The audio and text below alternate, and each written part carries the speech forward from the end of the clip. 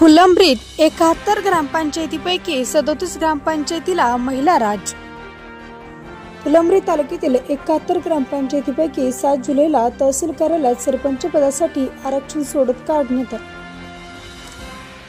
सोडत काढण्यात आले असून जानेवारी 2026 मध्ये पहिल्या टप्प्यातील तब्बल 53 ग्रामपंचायतीची तर दुसऱ्या टप्प्यात 2 वर्षांनंतर उर्वरित 18 ग्रामपंचायतीची निवडणूक असणार आहे।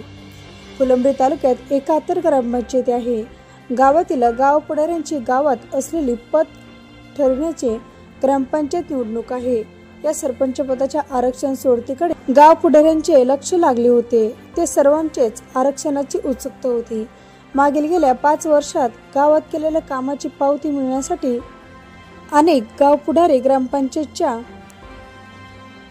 निवडणुकीला सामोरे जात होते, परंतु लोकशाहीच्या या सोहळ्यात चांगल्यात चांगल्यांना घाम फुटतो तर अनेकांना घरचा रस्ता मिळतो।